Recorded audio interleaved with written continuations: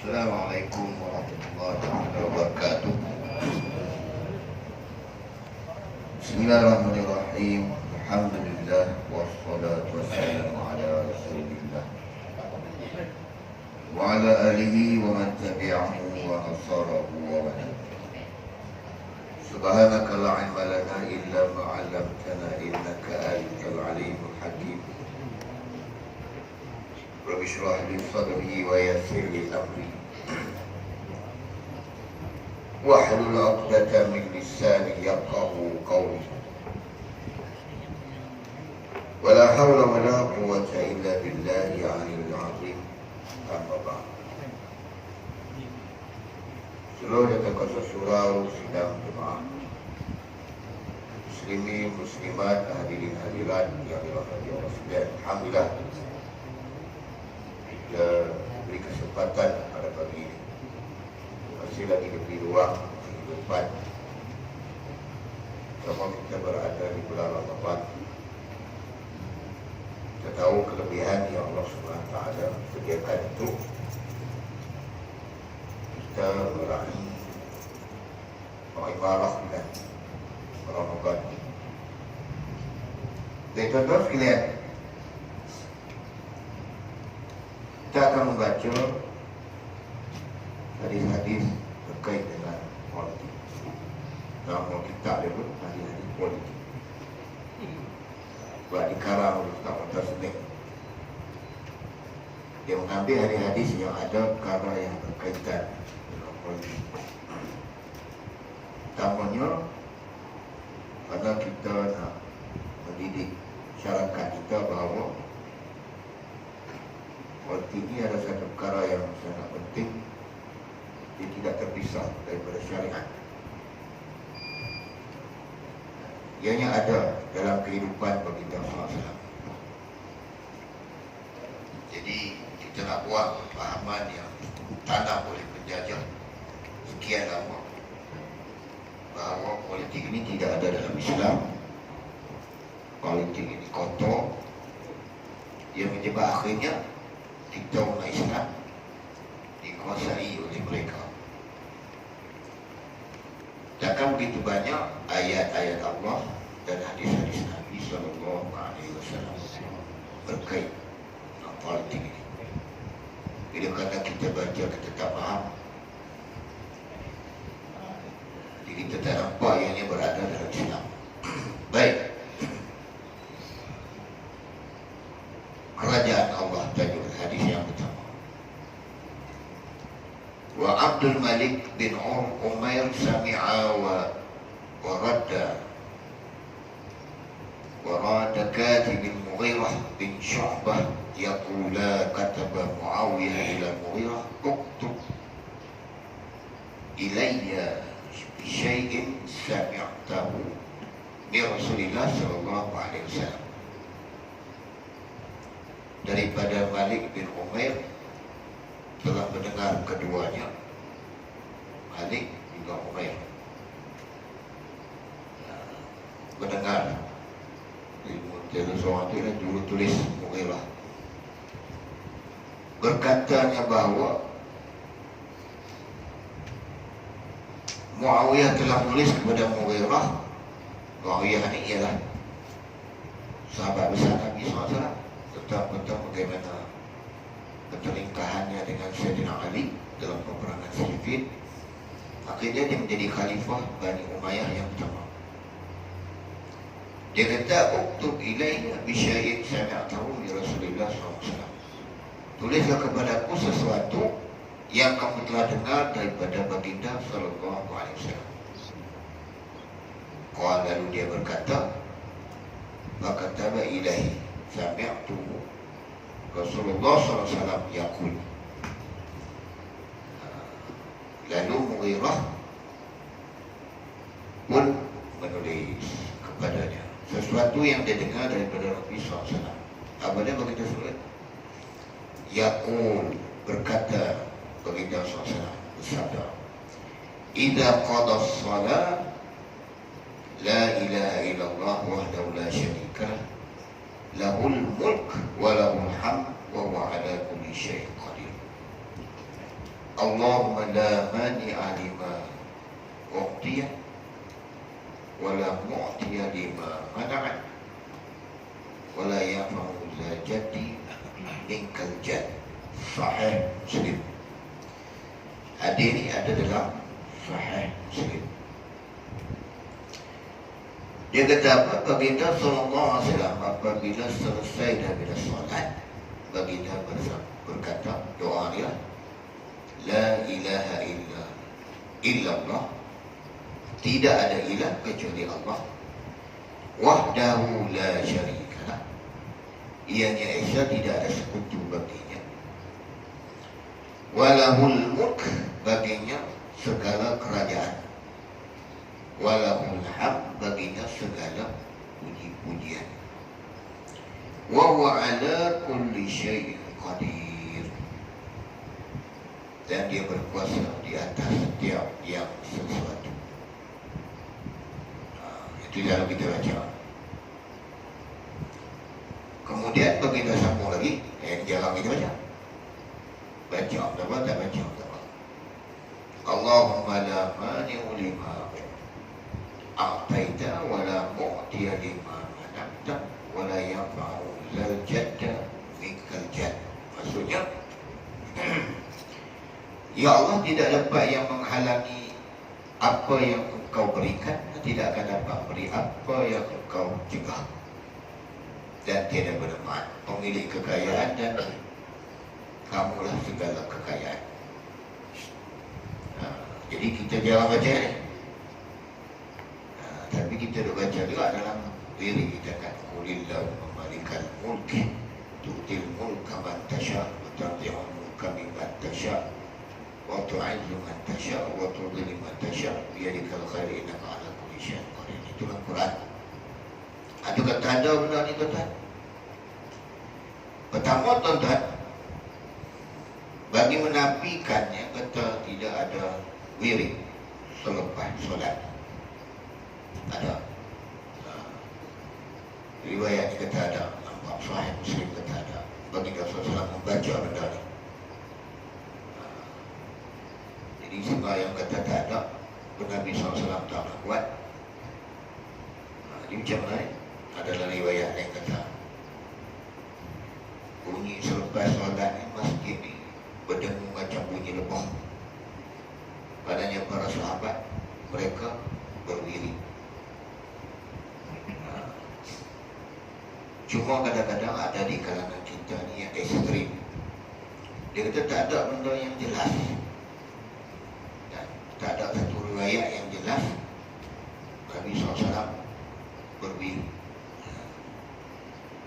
Cerita tuan-tuan ke tak jelas, sama lah seperti kita solat tarawih. Solat tarawih kan 8 ke 20 di setiap tahun tak selesai. 8 ke 20. Ada yang kata kalau tak 20 tak sah. Tak sah tarawih. Bukan tarawih dia kata 20, kecuali 20. Sedangkan dalilnya jelas, semua orang mengakui riwayat yang baginda SAW buat ni sama ada baginda buat dalam masjid atau di rumah, yang itu utama jelas. Kenapa baginda buat macam tu? Takut difardukan kepada umatnya. Jadi jelas pertama ianya sunat. Sunat. Walaupun sunat, kita kena tahu bagaimana kaedah untuk kita buat supaya jadi ibadat, tidak jadi adat. Jadi tuan-tuan, riwayat yang sebenarnya yang menyatakan 20 ni ialah zaman Sayyidina Umar. Itu tak ada siapa dapat menafikan. Beliau lah yang buat 20 dan dibuat secara berjemaah. Setelah para sahabat dilihat sembahyang berkelompok disatukan dalam satu jemaah. Ayat itu yang akhirnya sampai ke hari ini Mekah Madinah tu jadi 20. Dia panggil mutawatir afal. Dia sambung menyambung sampai Imam Malik pun menjadikan amalan ahli Madinah ni sumber rujukkan mazhab dia dilakukan oleh para sahabat sekian lama. Ini kita tak nafikan. Yang wujud kata 8 tu memang sebab 8 hadis kata Nabi SAW tidak pernah lebih daripada 11 rakaat ketika qiyam. Jadi ada ulama kata qiyam tu ialah qiyam lail. Dia kata qiyam Ramadan. Sebab solat tarawih ni dia tidak disebut qiyam Ramadan tu, dia dikatakan ada solat tarawih.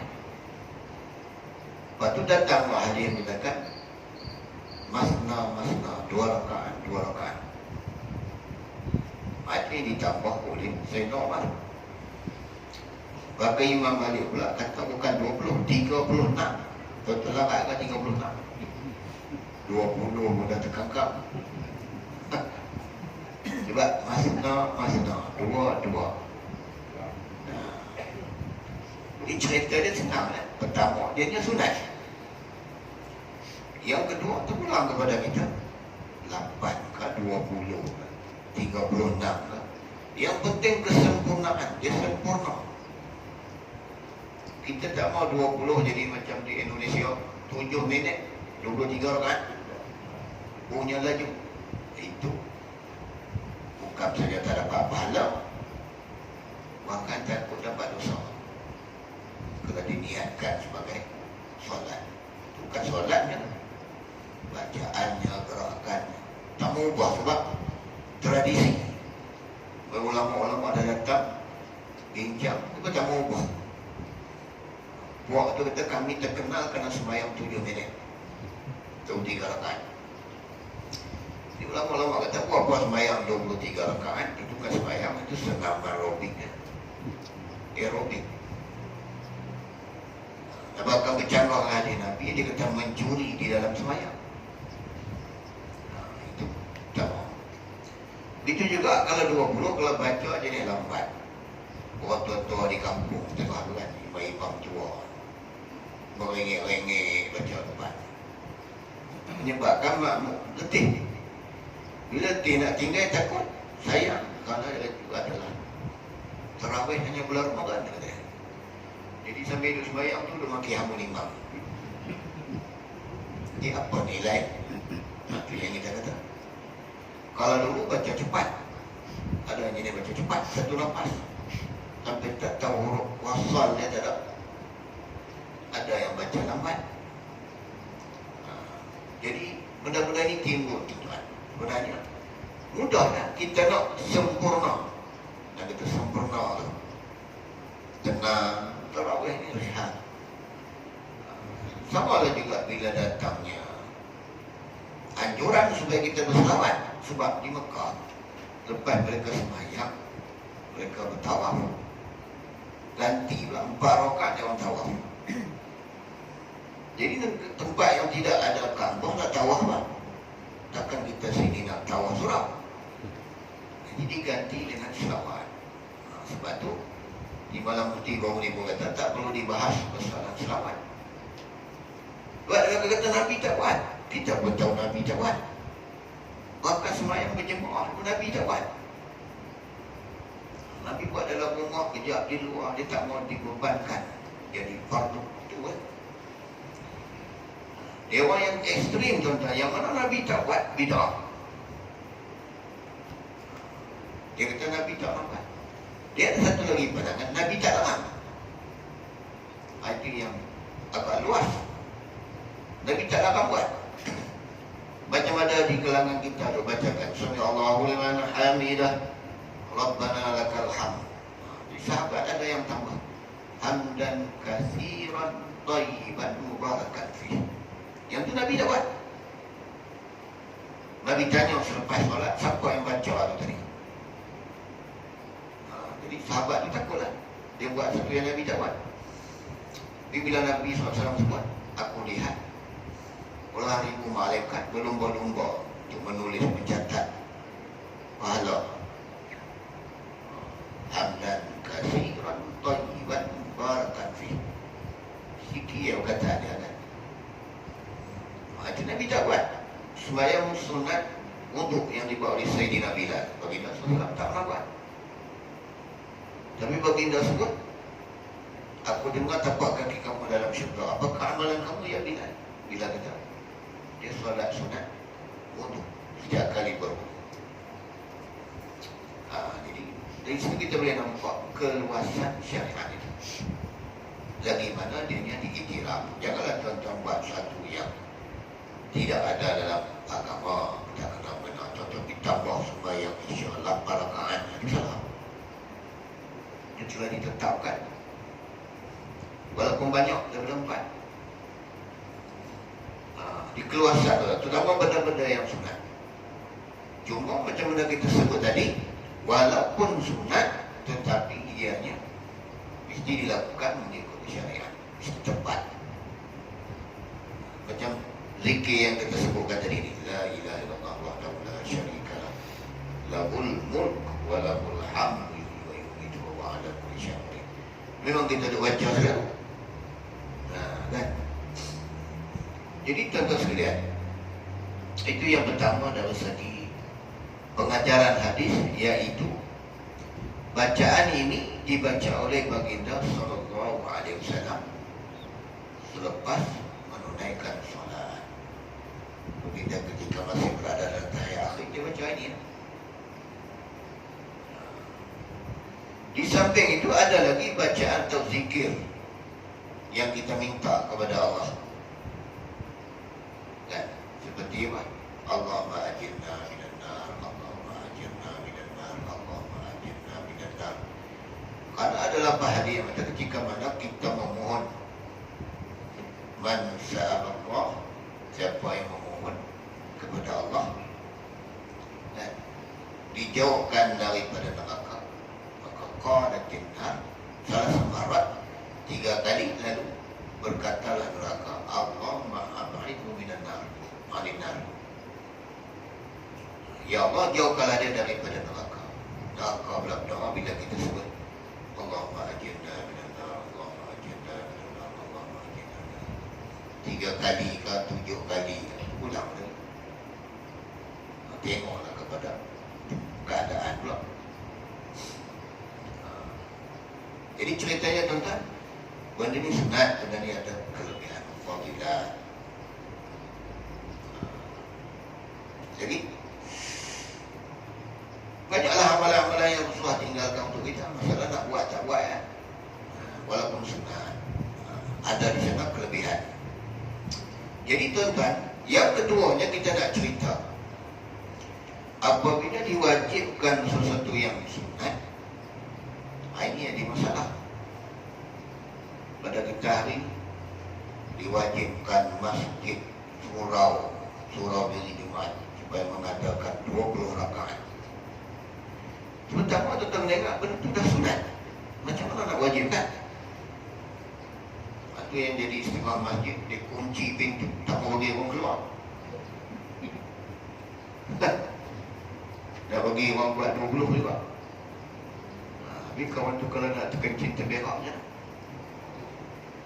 kita jadi tuan-tuan kadang-kadang masjid ni agak ekstrim, lebih-lebih terlalu nak jaga SOP punya pun. Tapi sebenarnya kadang-kadang nak menunjukkan kuasa. Ada masjid ditutup air tu dah, bilik air tu tutup, tak mahu dia orang masuk bilik air. Habis tu kalau orang buang air, macam air tu lah, dia berak tinggal je. Dia nak terberak sangat kan. Ada masjid lain pergi, dia tutup pintu depan, nak kena cari satu pintu laluan tikus untuk masuk. Apa punya kerja kan? Nak buat tujuan tak mau bagi orang masuk. Dah jadi macam tu kan.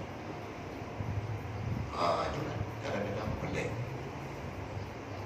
Bila diberi ujian sikit COVID-19 ni, dia jadi tak tu hal.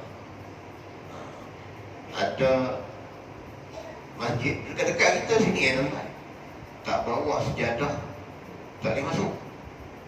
Itu yang lari itu Jumaat mari masuk surau ni, masjid lagi masuk. Sejadah pula yang kecil itu tak boleh.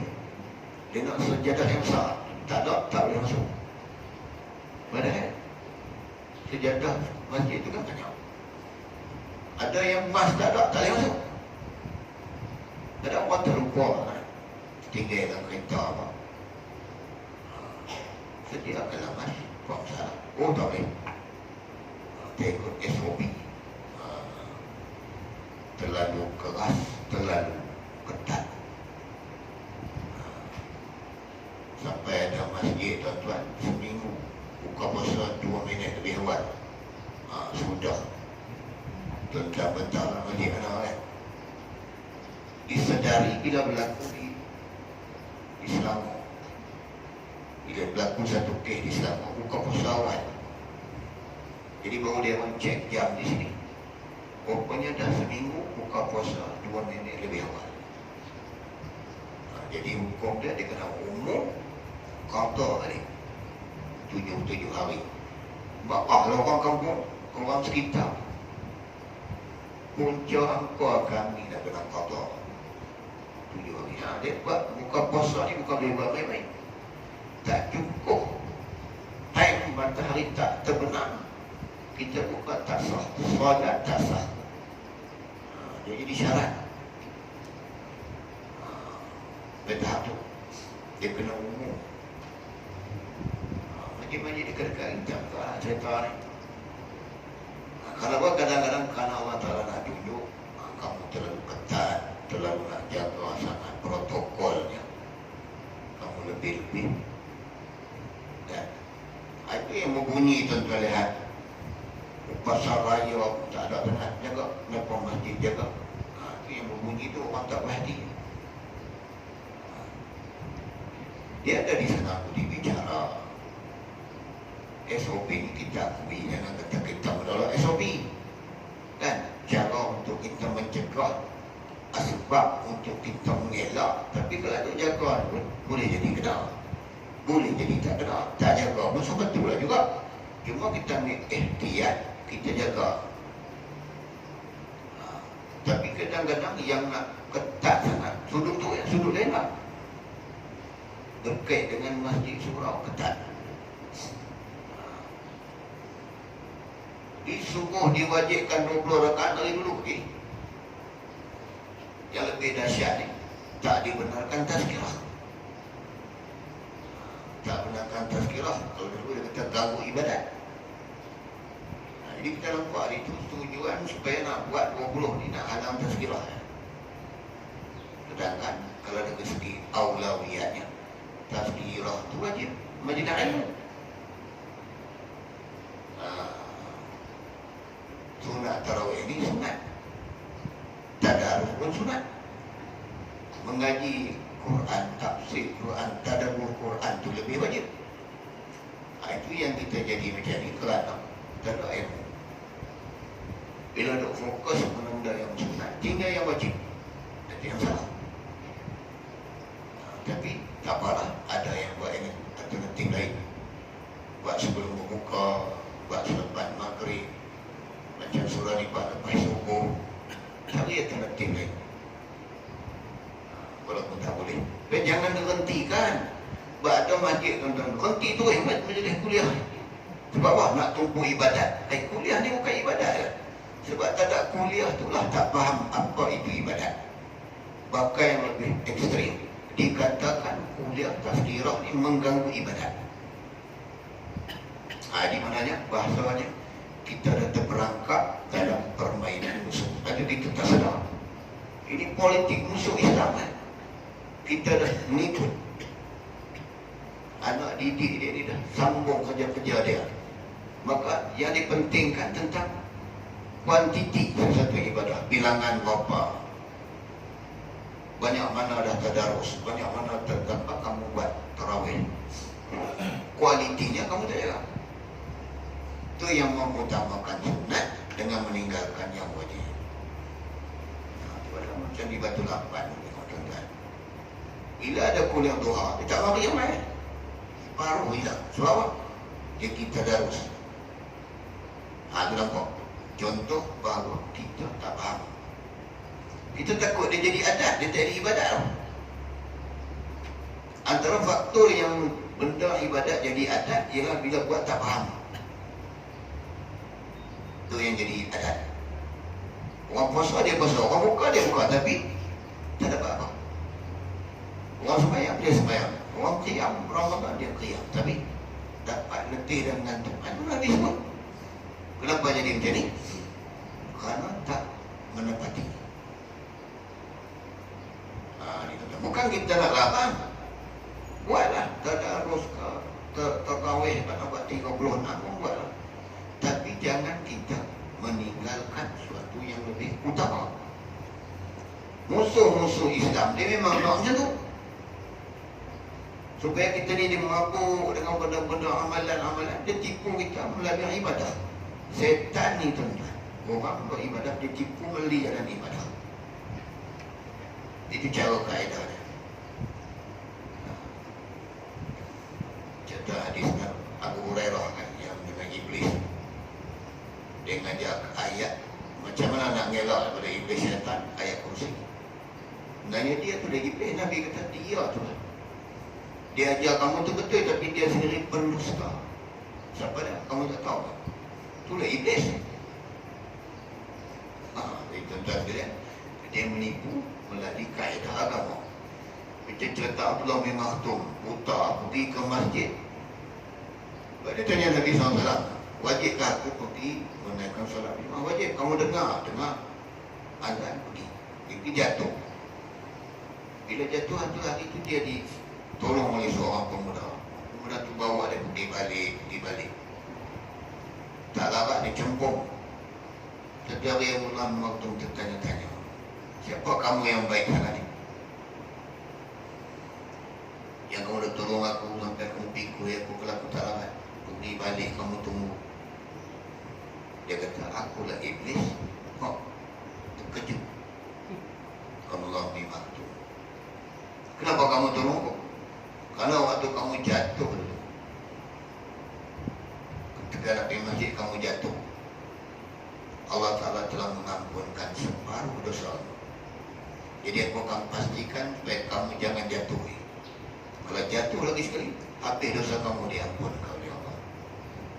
Itu aku mesti memastikan kamu jangan jatuh. Nampak dia macam nak menolong, tapi sebenarnya dia ada di sebalik.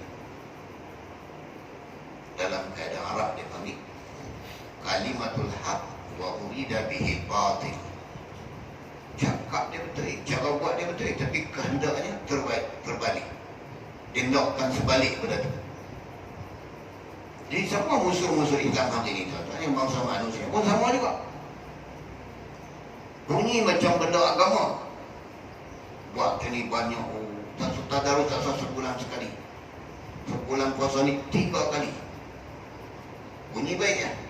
Kami sediakan kain batik cap semut, kain batik 3 serangkai, kain batik doa ibu. Doa ibu yang paling top kan. Kami sediakan berapa kali? Sebulan 3 kali, 3 like dapat. Dia boleh buat lah tu. Tapi kita dapat kain batik ya. Bolehlah aku mati sunat tutup kita.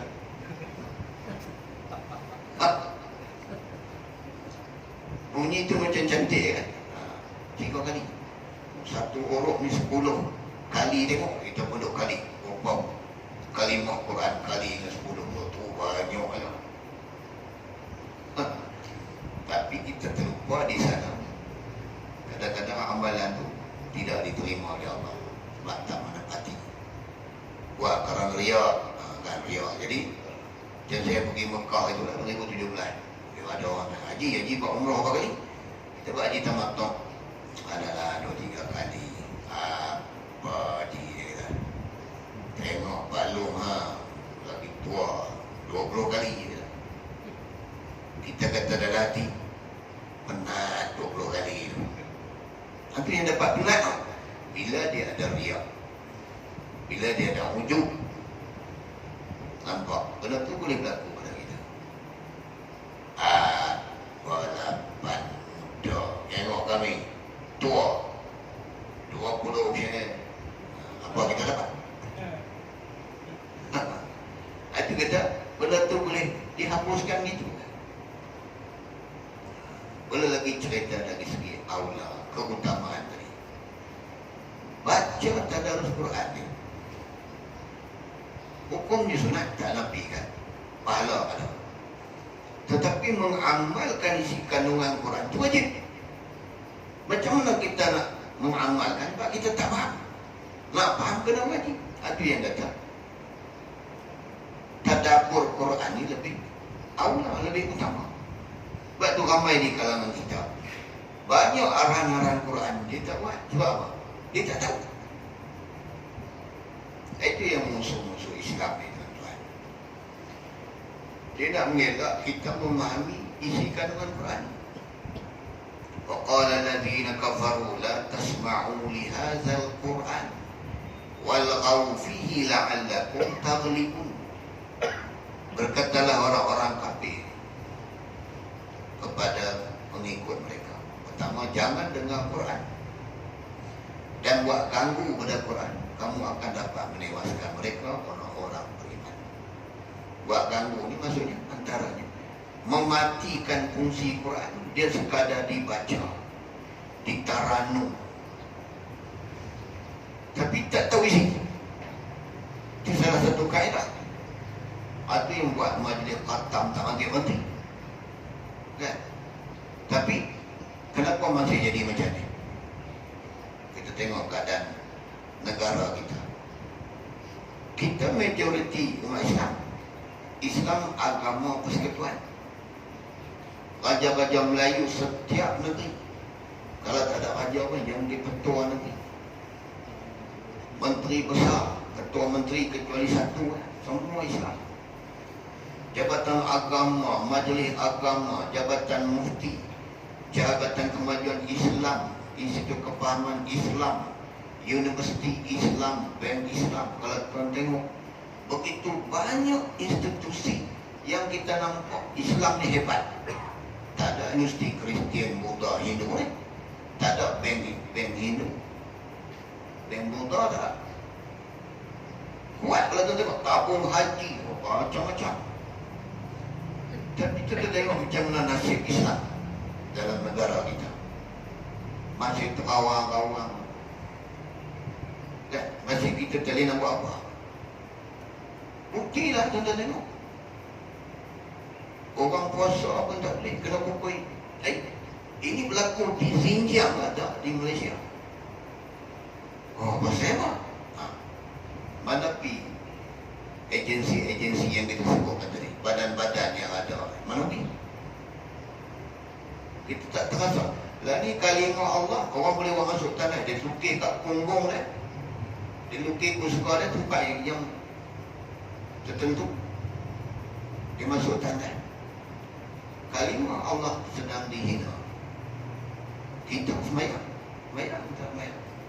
Tapi bagaimana nasib kalimah Allah? Dan kalimatullah al-uliyah ni kita nak angkat. Allahu Akbar, Allah Maha Besar. Di sini ya, hakikatnya tuan-tuan tengok bagaimana kalimah Allah. Mana kedudukan Islam? Negara kita ni tak pernah diperintah oleh orang bukan Islam. Daripada dulu tekalah peti mana pun. Tetapi kenapa jadi seperti ini? Sedar tak sedar kita? Hari ini boleh buat iklan raya berkait dengan judi, promote judi. Subhanallah, kita kata apa kejadi ni, ya? Orang boleh petikai hukum Allah, bekas timbalan suhakam, minta supaya ditukar agama Islam ni bukan lagi agama persekutuan, nak bebas. Yang cakap ni orang Islam, bukan orang bukan Islam. Orang bukan Islam dia duduk di belakang, dia gunakan orang Islam kita. Kita tuan-tuan orang Islam terpaksa lah duduk dalam negara majoriti umat Islam, Islam agama negara, banyak agensi badan-badan untuk jaga Islam ni. Tapi kita macam bernafas dalam lumpur, tuan-tuan tahu. Bila kita nak cakap sikit membela persoalan Islam, kita akan dituduh resis. Dia orang buat, tak apa, minta maaf, selesai. Jadi tuan-tuan bayangkan apa jadi. Apa maksudnya? Maksudnya mudah, tuan-tuan. Kita berkuasa tetapi tidak menguasai. Kita berkuasa, ada kuasa. Tapi yang menguasainya orang lain. Sebab tuan-tuan tengoklah sendiri contoh-contoh yang kita bagi tadi. Hakikat dia macam tu. Kita nak melaksanakan Islam di kalangan kita, nak jaga komuniti kita, tak boleh. Kena tanya orang bukan Islam tu, dia kata tak boleh, tak boleh. Subhanallah.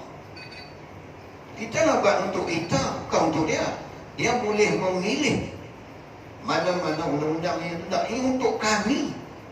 Kami nak jaga komuniti kami seperti mana kamu jaga komuniti kamu. Tak boleh.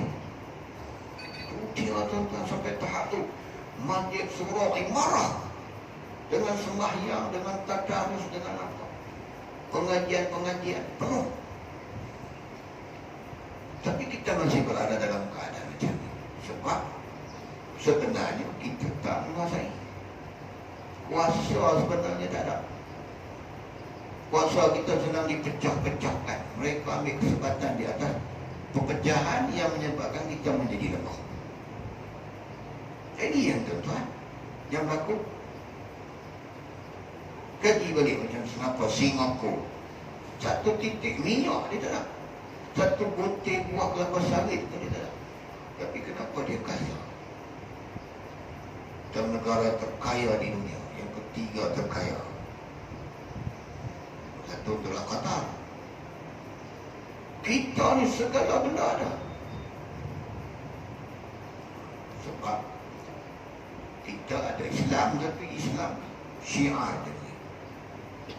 Islam dalam bentuk lambang, tapi bukan dalam bentuk terjemahan dalam kehidupan.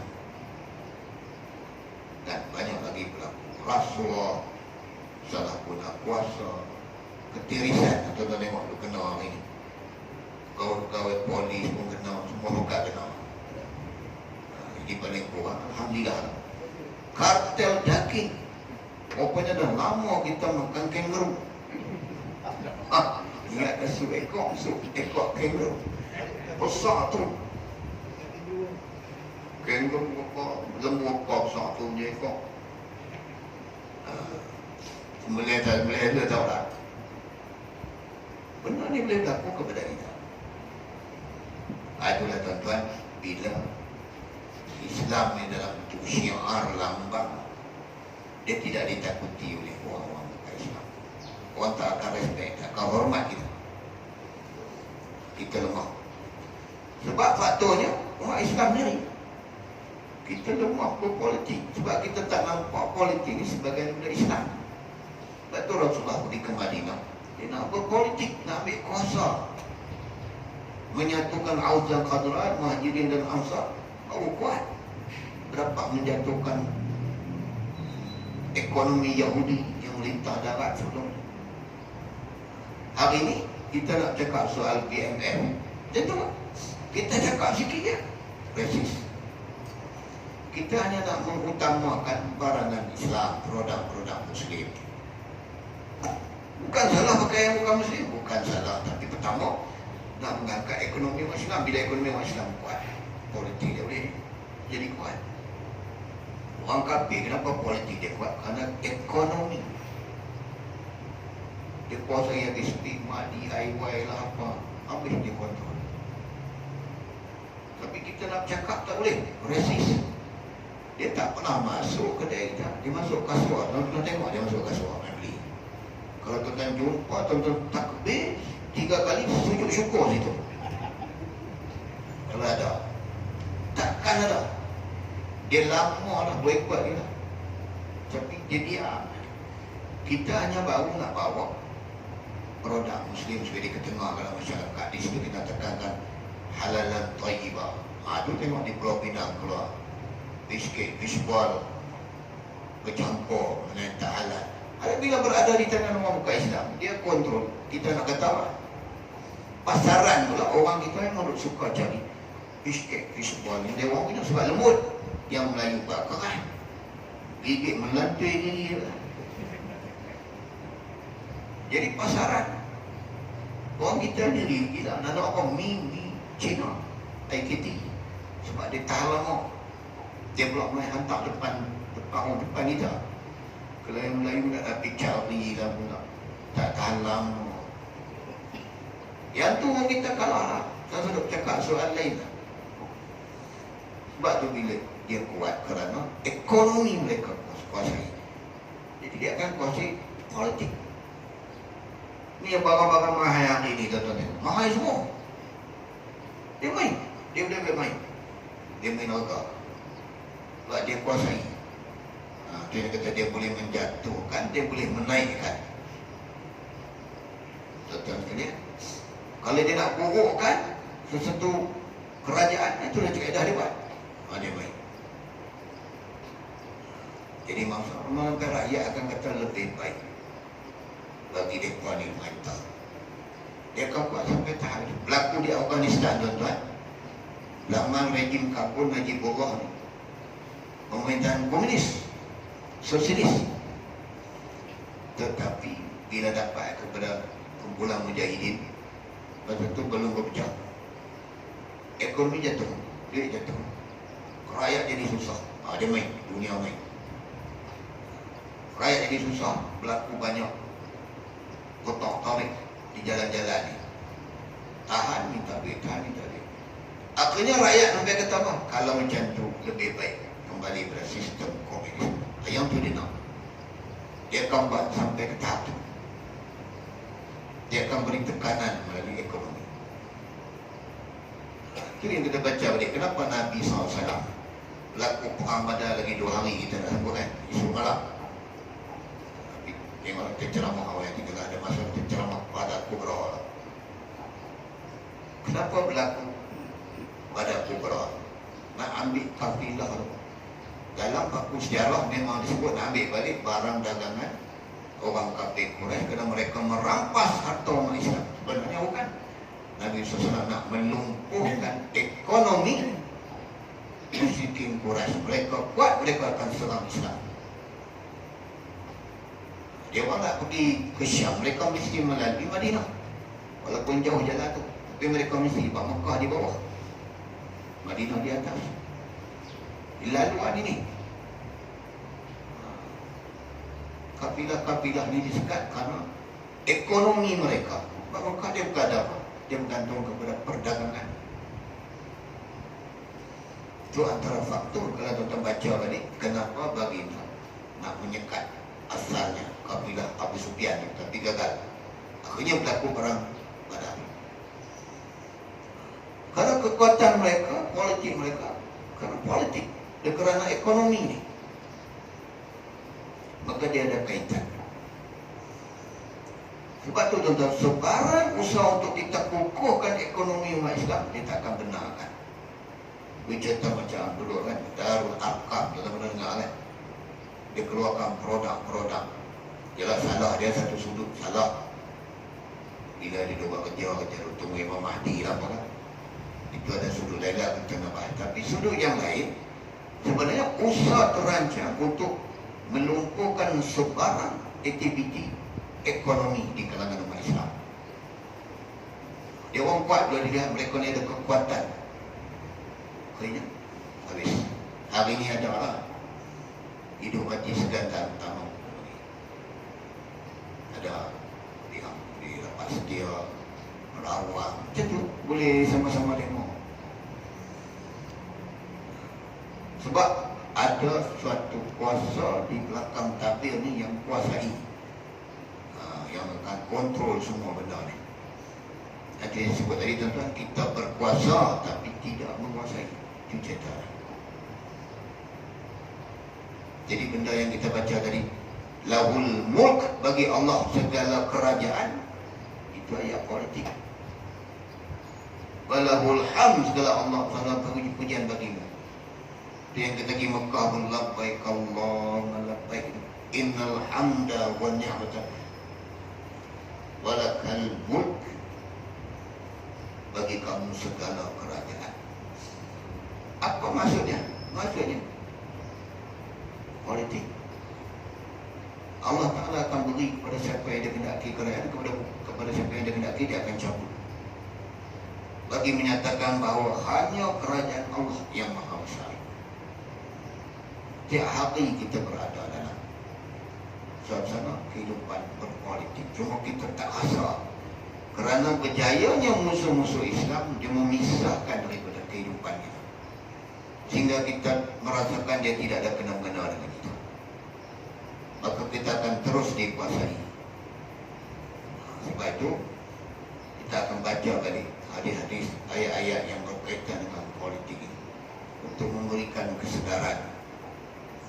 Karena kita takut ibadah yang kita buat ini tidak ada arti, sebab dari segi penguasaan dan walahul mulk tidak wujud sebenarnya. Karena hari ini kalimah Allah sedang dihina, syariat Allah sedang dipijak, Islam sedang dipermain-mainkan. Sedangkan masjid penuh dengan imarah, surau penuh dengan imarah. Sedangkan agamanya sedang dihina, kita tak nampak. Karena kita tak berjaya nak memainkan.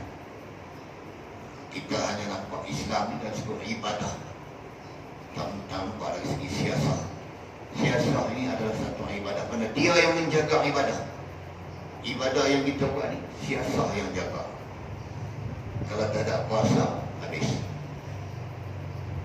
Setakat ni ada lagi lah, sisa-sisa. Jadi tuan-tuan sekalian, itulah hadis yang pertama kita baca. Walaupun zikir-zikir itu ada dalam amalan seharian kita, terutama selepas solat, tapi kita kena memahami apa yang terkandung di sebalik zikir-zikir yang kita baca. Jangan hanya ambil fadilat membaca, kita kena mengambil kefahaman, ibrah daripada apa yang kita baca. Baru dia ada izzah, kemuliaan. Hari ini yang kita tidak ada kemuliaan, yang ada kehinaan adalah disebabkan salah kita ni. Kalau kita nak nyalah orang lain, salah kita. Kita lemah, kita ada kekuatan, kita tak mau pakai. Kita bagi ke orang. Orang ambil kekuatan. Bagaimana nak mengembalikan pula kekuatan? Dengan mengamalkan Islam yang sepenuhnya, insyaAllah. Wallahu a'lam tuan-tuan. InsyaAllah kita akan sambung lagi dalam hadis-hadis yang seterusnya, insyaAllah. Saya ada satu buku ni, tak mentah sendiri ni, hadis-hadis politik. Saya beli satu itu, dia bagi hadiah satu. Jadi ada satu lagi, siapa nak, dia beli. Duit tu masuk dalam tabung surau. Harga dia, saya ingat, RM30 tu. Jadi siapa nak, satu ya lah, dia ada korun. Satu ni, berapa duit nak beli? Ni, duit tu masuk dalam tabung surau. Siapa angkat tangan dulu, siapa main telefon, dia ambil yang baca lah, yang tak baca lah, dia beli, cari baca lah. Okay. Pulang. Jadi kalau ada lagi saya cari. Syekh Rahman As-Sudais.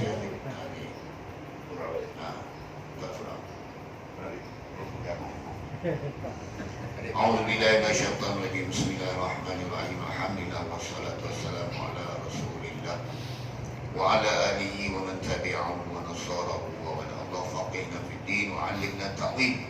Allahumma ja'al jam'ana hadha jam'an marhuma wa tafarraqana min ba'd tafarruqan ma'suna.